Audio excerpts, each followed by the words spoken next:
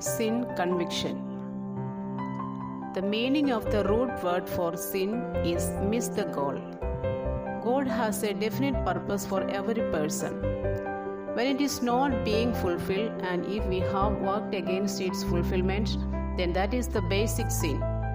When we are being used by God to fulfill His plans, then the devil will try to trap us into various temptations to take us away from the fulfillment of the divine plans.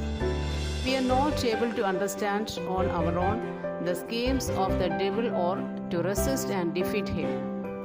But the Spirit of Christ who is in us can do it. That is why it is said, "Live by the Spirit, and you will not gratify the desires of the sinful nature." Galatians chapter 5 verse 16. The lepers who reached the camp of Arameans went into a tent and had food and drink from there. Their tiredness disappeared and their eyes were brightened. At once they saw the gold, silver, and the garments in the tent. They hid it. The devil was working to turn the lepers away from the plans of God by awakening the sinful natures that were dormant in the lepers, like the lust of eyes, lust of the flesh, and the pride of life. When they saw the gold, silver, and the garments, they hid them in their craving. But their craving and joy were temporary. Immediately they lost their peace, and their heart was filled with fear. Their heart was burning as if someone had put fire in their heart. Their heart was filled with a sense of conviction of sin. They realized that when thousands of people were starving in the city, what they were doing was not correct. Finally, they told each other, "What we are doing is not good." They realized the fact that they had lost their peace because they hid the gold, silver, and the garments. When the lepers departed from the will of God, they were convicted of their sin. When there was no priest or prophet with them, then who caused the conviction of sin in them? It was the Holy Spirit alone.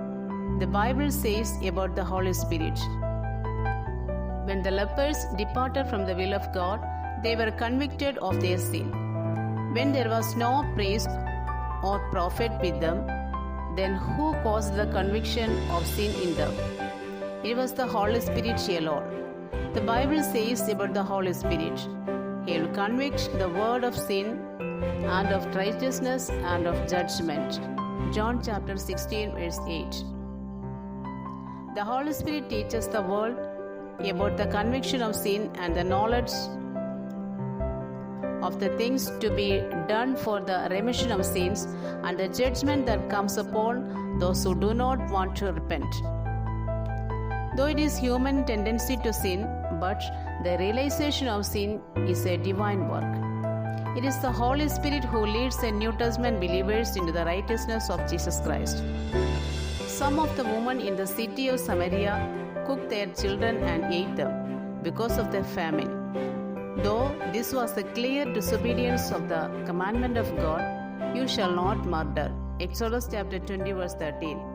Yet they did not have any conviction of their sin. None of those who were in the camp which was besieged by the army of enemy had conviction of their sin. But the lepers outside the camp realized that they have committed a sin, and they had compassion for the thousands of people starving inside the city. It was the work of the Holy Spirit that caused a conviction of sin in them. We must obey the Holy Spirit. Whenever we receive any instruction from the Holy Spirit, if you are disobedient to the instruction of the Holy Spirit, He may depart from you.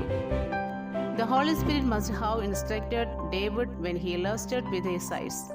But when David ignored his instruction, the lust of eyes led him to the desires of the flesh. And the Holy Spirit left David, and he became just like other people. When the Holy Spirit left David, he murdered his faithful servant. Even though he committed such a big crime, David had no conviction of his sin. But almost 1 year later, the Lord God sent the prophets Nathan to David. And through the words of the Nathan, Holy Spirit convicted David about his sin. David was hurt by the proning by of the word of God, and he humbled before the Lord like an infant. The Lord was merciful to him and forgave his sin. If David had died in his sin, he would have gone to hell like Saul. From the time the lepers hid gold, silver, and the garments, they were drifting away from the divine plan. They could not recognize that it was the Lord who sent away the army of Aram, and that they were chosen by the Lord to inform the city people about the empty Aramean camp. Therefore, it can be assumed that they must have gone astray. Similarly, there are many people who were delivered by the blood of Jesus Christ, and though they understood the will of God, they yielded have themselves to worldly ways. God has counted you faithful, and therefore He chose you for His ministry, and therefore you should not forget that God's eyes are upon you. When you have received goodness from God, you should not forget the Lord who gave you goodness. David, the second king of Israel, said to God, "Apart from you, I have no good thing." Psalm chapter 16 verse 2. Let your goodness always be the Lord. The enemy could keep the lepers, who were chosen by God for the fulfillment of the prophecies of Elisha, away from the will of God only for a little while by trapping them in the wilderness. The Holy Spirit worked in their hearts, and they repented of their sin. With the realization of their sin, they started moving into the path of the will of God. If God has called you for His ministry, then your eyes should be upon God only. When you go astray from your sincere devotion to Christ, you will be trapped in the snares of the devil. And when your eyes are open to the Lord, He Himself will provide for you with all your needs.